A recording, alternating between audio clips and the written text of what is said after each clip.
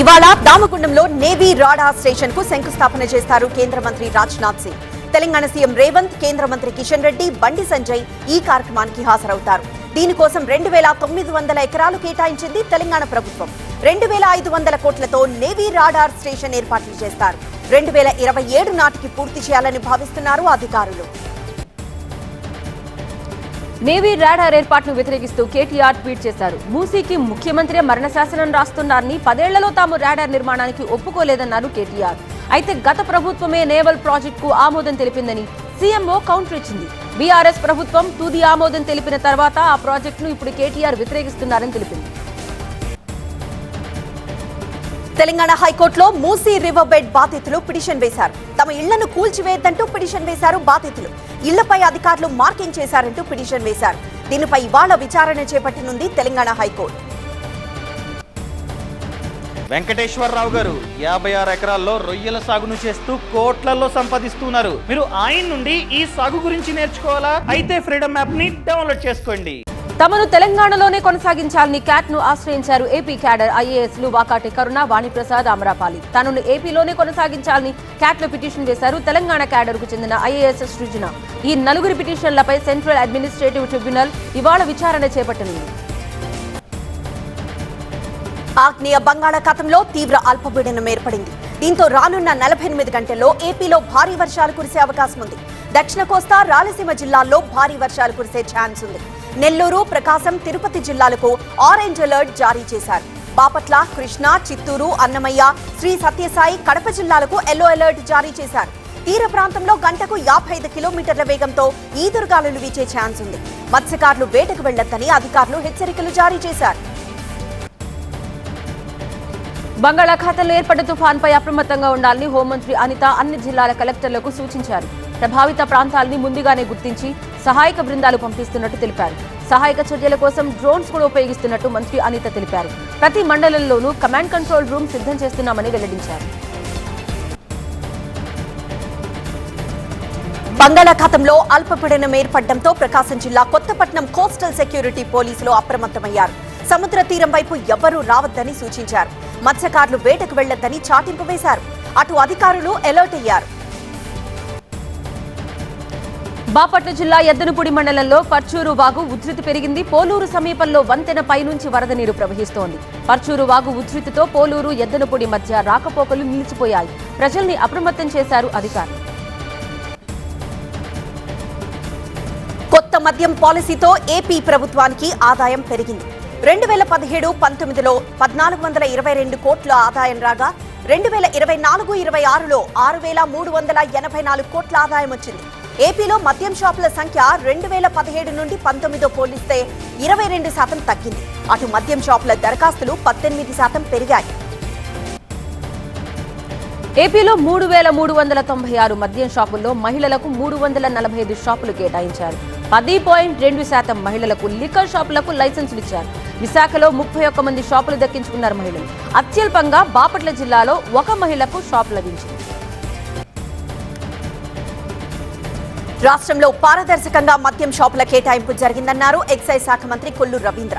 రేపటి నుంచి షాపులు ప్రారంభించవచ్చని వెల్లడించారు. డ్రా ద్వారా 3396 మద్యం షాపుల కేటాయింపు జరిగిందన్నారు మంత్రి కొల్లు రవీంద్ర. ప్రభుత్వంపై నమ్మకంతోనే భారీగా దరఖాస్తులు వచ్చాయన్నారు. లిక్కర్ మాఫియా సిండికేట్లకు ఆంధ్రప్రదేశ్ అడ్డాగా మారిపోయిందని మాజీ సీఎం జగన్ ఆరోపించారు. ఈ మాఫియాకు సూత్రధారి, పాత్రధారి చంద్రబాబు కాదా అని ఎక్స్ వేదికగా ప్రశ్నించారు. అత్యంత పారదర్శకంగా నడుస్తున్న ప్రభుత్వం మద్యం దుకాణాలు మూసేసి వాటిని ప్రైవేట్ కు అప్పగించాలన్న నిర్ణయం అవినీతి కోసం వేసిన స్కెచ్ కాదా అన్నారు జగన్. పుట్టపర్తిలో మద్యం దుకాణదారుడు కిడ్నాప్ కావడం కలకలం రేపింది. లాటరీలో మద్యం దుకాణం దక్కించుకున్న చిలుమత్తూరుకు చెందిన రంగనాథ్ కిడ్నాప్ అయ్యారు. లేపాక్షి గ్రామానికి చెందిన మింగేష్ తన అనుచరులతో కలిసి కిడ్నాప్ చేసినట్లు రంగనాథ్ భార్య అశ్విని పుట్టపర్తి అర్బన్ పోలీస్ స్టేషన్లో ఫిర్యాదు చేశారు. సికింద్రాబాద్ మోండా మార్కెట్ పరిధిలోని ఒక ఆలయం వద్ద పోలీసులు పికెటింగ్ ఏర్పాటు చేశారు. ముందస్తు జాగ్రత్తగా ఆలయం చుట్టూ బారికేడ్లు ఏర్పాటు చేశారు. తెలంగాణ వక్ఫ్ ఆస్తులు కబ్జాకు గురవుతున్నాయి. ఆస్తులకు సంబంధించిన రికార్డుల నిర్వహణ సరిగా లేకపోవడంతో ఏళ్లుగా ఆక్రమణకు గురవుతున్నా పట్టించుకోకపోవడంతో క్షేత్రస్థాయిలో వాటి ఉనికే కష్టమవుతోంది. తెలంగాణ వక్ఫ్ బోర్డు ప్రభుత్వానికి సమర్పించిన నివేదికలో సగం ఆస్తులు మాయమైనట్లు తేలింది. దీంతో వక్ఫ్ ఆస్తులపై సర్వే చేయాలని కొందరు ముస్లింలు డిమాండ్ చేస్తున్నారు.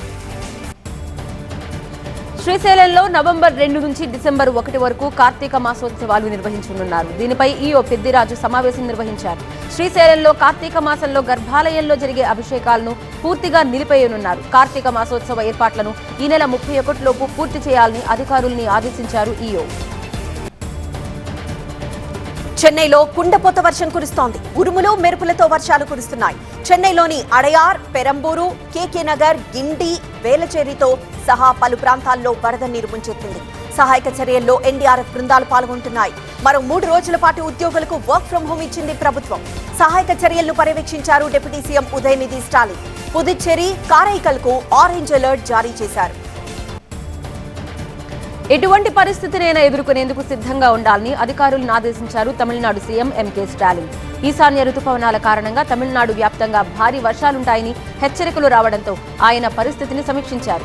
రేపు చెన్నై చుట్టుపక్కల జిల్లాలో స్కూళ్లకు సెలవులు ప్రకటించారు. హర్యానా అసెంబ్లీ ఎన్నికల్లో ఓటమి నుంచి గుణపాఠం నేర్చుకున్న కాంగ్రెస్ మహారాష్ట్ర ఎన్నికల్లో ఆ పొరపాట్లను రిపీట్ కాకుండా జాగ్రత్తలు తీసుకుంటోంది. రానున్న 2 రోజుల్లో మహారాష్ట్ర అసెంబ్లీ ఎన్నికల షెడ్యూల్ ను ఈసీ విడుదల చేయబోతోంది. మహారాష్ట్ర ఎన్నికల్లో అనుసరించాల్సిన వ్యూహంపై చర్చించేందుకు రాహుల్ గాంధీ అత్యవసర సమావేశాన్ని ఏర్పాటు చేశారు. కాంగ్రెస్ అధ్యక్షుడు ఖర్గే నివాసంలో ఈ సమావేశం జరిగింది. జాతీయ క్రీడా నిర్వహణ ముసాయిదా బిల్లుపై ప్రజాభిప్రాయాన్ని కేంద్రం ఆహ్వానిస్తోంది. దీనిపై సూచనలు, సలహాలు ఇవ్వాలని కోరింది. దేశంలో క్రీడలకు సంబంధించి sports regulatory board of India ఏర్పాటు చేసే ప్రతిపాదన ఇందులో ఉంది. 44 పేజీల ఈ ముసాయిదాలో క్రీడలకు సంబంధించిన అనేక అంశాలున్నాయి. అల్జీర్స్ దేశ సందర్శనలో ఉన్న రాష్ట్రపతి ద్రౌపది ముర్ము అక్కడి అమరవీరుల స్మారక స్తూపంపై నివాళి ఘటించారు. భారత రాష్ట్రపతి ఒకరు అల్జీర్స్ సందర్శించడం ఇదే మొదటిసారి. అక్కడి అధ్యక్ష భవనం దగ్గర రాష్ట్రపతి ముర్ముకు ఘన స్వాగతం లభించింది. హర్యానా ఉన్నత శిఖరాలకు చేరాలని తాను కామాఖ్య మాతను కోరారని హర్యానా ముఖ్యమంత్రి నాయబ్ సింగ్ సైని అన్నారు. గౌహతిలోని కామాఖ్య మందిరాన్ని దర్శించుకున్నారు. హర్యానా ప్రజల అభ్యున్నత కోసం శ్రమిస్తానని అన్నారు సైని. మాజీ భార్య, కుమార్తె ఫిర్యాదు చేయడంతో మలయాళ నటుడు బాలను పోలీసులు అదుపులోకి తీసుకున్నారు.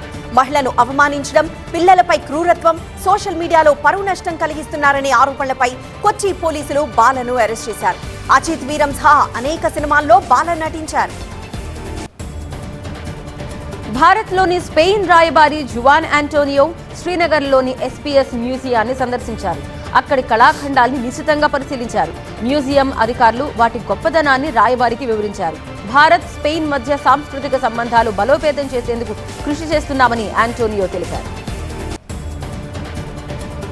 కేంద్ర ఉక్కు శాఖ మంత్రి హెచ్డి కుమారస్వామి కర్ణాటకలోని హసన జిల్లా బీదరక్క గ్రామంలోని వేణుగోపాలస్వామి ఆలయాన్ని సందర్శించారు. ఆయన వెంట సోదరుడు రేవಣ್ణ కూడా ఉన్నారు. ఆలయంలో అన్నదమ్ములు ప్రత్యేక పూజలు చేశారు. వక్ఫ్ బోర్డు సవరణ బిల్లుపై ఏర్పాటు చేసిన జేపీసీ చైర్మన్ ను మార్చాలని విపక్ష సభ్యులు డిమాండ్ చేశారు.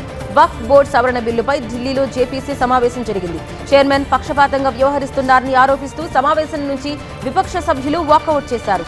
ఆయన్ని మార్చాలని డిమాండ్ చేస్తూ స్పీకర్కు విపక్ష సభ్యులు లేఖ రాశారు. ఖలిస్తాన్ ఉగ్రవాది నిజ్జర్ హత్య కేసులో భారత రాయబారిపై కెనడా ప్రధాని చేసిన వ్యాఖ్యలపై భారత్ తీవ్ర ఆగ్రహం వ్యక్తం చేసింది. ఆయన మాటలు పిచ్చి ప్రేలాపనలని విమర్శించింది. ఈ వ్యవహారంలో భారత్ అసంతృప్తిని తెలిపేందుకు కెనడా రాయబార కార్యాలయ ఇన్ఛార్జ్ డి ఎఫర్ట్స్ ను సౌత్ బ్లాక్ కు పంపించింది. అలాగే కెనడాలో భద్రత లేదని చెప్తూ భారత హై కమిషనర్ ను వెనక్కి రావాలని ఆదేశించింది. టోల్ ఛార్జీలకు సంబంధించి మహారాష్ట్ర సర్కార్ కీలక నిర్ణయం తీసుకుంది. ముంబైలోకి ప్రవేశించే కార్లు, లైట్ మోటార్ వెహికల్స్ కు టోల్ ఛార్జీల నుంచి పూర్తి మినహాయింపిస్తున్నట్టు సీఎం ఏక్నాథ్ షిండే ప్రకటించారు. దీనివల్ల కాలుష్యం తగ్గడంతో పాటు ఇంధనం కూడా ఆదా అవుతుందని షిండే తెలిపారు. ముంబైలోకి దారితీసే 5 టోల్ గేట్లలో ఇది అమలు కానుంది. జమ్మూ కశ్మీర్ లో కొత్త ప్రభుత్వం కొలువుదీరేందుకు రంగం సిద్ధమైంది. ఈ కేంద్ర పాలిత ప్రాంతంలో ఇన్నాళ్లు అమల్లో ఉన్న రాష్ట్రపతి పాలనను ఎత్తేస్తూ కేంద్రం ఆదేశాలు జారీ చేసింది. రేపు ఒమర్ అబ్దుల్లా సీఎంగా ప్రమాణ స్వీకారం చేసే అవకాశం ఉంది. ప్రపంచ ఆరోగ్య భద్రత కోసం భారత్ ఎంతో తోడ్పాటు అందిస్తోందని కేంద్ర ఆరోగ్య శాఖ మంత్రి జగత్ ప్రకాష్ నడ్డా అన్నారు. ఢిల్లీలో international conference of drug regulatory authority సదస్సును నడ్డా ప్రారంభించారు. ఈ సదస్సు భారతదేశంలో జరగడం ఇదే తొలిసారి. భారతదేశంలో ఆరోగ్య సంరక్షణ మౌలిక సదుపాయాలు వేగంగా విస్తరిస్తున్నాయని నడ్డా తెలిపారు. మేక్ ఇన్ ఇండియా అనేది ఫేక్ ఇన్ ఇండియాగా మారిపోయిందని కాంగ్రెస్ ప్రధాన కార్యదర్శి జైరాం రమేష్ విమర్శించారు. 10 ఏళ్ల క్రితం ప్రారంభించినప్పుడు చెప్పిన లక్ష్యాల్లో ఒక్కటీ నెరవేర్చలేదన్నారు. భయం, అనిశ్చిత వాతావరణం కారణంగా ప్రైవేట్ రంగంలో పెట్టుబడులు ఆగిపోయాయని ఎక్స్ వేదికగా జైరాం రమేష్ ఆరోపించారు. హర్యానాలో వచ్చిన ఫలితాలే మహారాష్ట్ర, జార్ఖండ్లోనూ బీజేపీ సాధిస్తుందని కేంద్ర మంత్రి కిషన్ రెడ్డి అన్నారు. యువత, మహిళలు, రైతులు, పేదల్ని లక్ష్యంగా చేసుకుని తమ ప్రభుత్వ సంక్షేమ కార్యక్రమాలు అమలు చేస్తోందని వెల్లడించారు. జాతీయ రహదారుల నిర్మాణం ప్రపంచంలో ఎక్కడా లేని రీతిలో వేగంగా భారతదేశంలోనే జరుగుతోందని కిషన్ రెడ్డి వెల్లడించారు. ఇతర దేశాలకు వలస వెళ్లే భారతీయుల భద్రత, చట్టపరమైన అవకాశాల కోసం ఈ migrate web portal, mobile app ను విదేశాంగ మంత్రి జయశంకర్ ప్రారంభించారు. విదేశీ నేలపై భారతీయ కార్మికుల హక్కులు, గౌరవాన్ని కాపాడేందుకు తమ ప్రభుత్వం కట్టుబడిందని జయశంకర్ అన్నారు. కోల్కతా ఆర్జికర్ ఆసుపత్రి డాక్టర్ అత్యాచారం, హత్యపై డాక్టర్ల ఆందోళనలు ఇంకా కొనసాగుతూనే ఉన్నాయి. జూనియర్ డాక్టర్లు రాజ్ భవన్ కు ర్యాలీగా వెళ్లారు. పెద్ద సంఖ్యలో వచ్చిన జూనియర్ డాక్టర్లు రాజ్ భవన్ కి చేరుకున్నారు. గవర్నర్ ని కలిసి వినతి పత్రం ఇచ్చారు. బాలీవుడ్ సీనియర్ నటుడు అనుపమ్ ఖేర్ లీడ్ రోల్లో తెరకెక్కుతున్న సినిమా విజయ్ 69. జీవితంలో ఏదైనా సాధించాలనుకున్న ఒక 69 ఏళ్ల వ్యక్తి అథ్లీట్ గా ప్రూవ్ చేసుకునేందుకు ఏం చేశాడన్న కథతో ఈ సినిమాని రూపొందించారు అక్షయ్ రాయ్ దర్శకుడు. గ్రామాన క్రీడా మైదానాలు నిర్మిస్తామని బీహార్ ప్రభుత్వం ప్రకటించింది. క్రీడల ప్రోత్సాహంలో భాగంగా వచ్చే నెల 11 నుంచి 20 వరకు రాజ్గిర్లో జరిగే అంతర్జాతీయ హాకీ మ్యాచ్ ట్రోఫీ గౌరవ్ యాత్ర అక్కడ ప్రారంభమైంది. ట్రోఫీని ఇందులో ప్రదర్శిస్తున్నారు. ఐసీసీ మహిళల టీ20 ప్రపంచ కప్ లో న్యూజిలాండ్ సెమీస్ కు దూసుకెళ్లింది. పాకిస్తాన్ తో జరిగిన మ్యాచ్ లో న్యూజిలాండ్ 54 పరుగుల తేడాతో గెలిచి గ్రూప్ ఏ నుంచి ఆస్ట్రేలియా తర్వాత సెమీస్ చేరిన రెండో జట్టుగా నిలిచింది. మొదట బ్యాటింగ్ చేసిన కివీస్ 20 ఓవర్లలో 6 వికెట్లు కోల్పోయి 110 పరుగులే చేయగలిగింది. స్వల్ప ఛేదనలో పాక్ 11.4 ఓవర్లలో 54 పరుగులకే కుప్పకూలింది. కెప్టెన్ ఫాతిమా సనా మినహా మిగిలిన వారంతా సింగిల్ డిజిట్ కే పరిమితమయ్యారు. ఈ మ్యాచ్ లో పాక్ ఓడిపోవడంతో టోర్నీ నుంచి భారత్ నిష్క్రమించింది.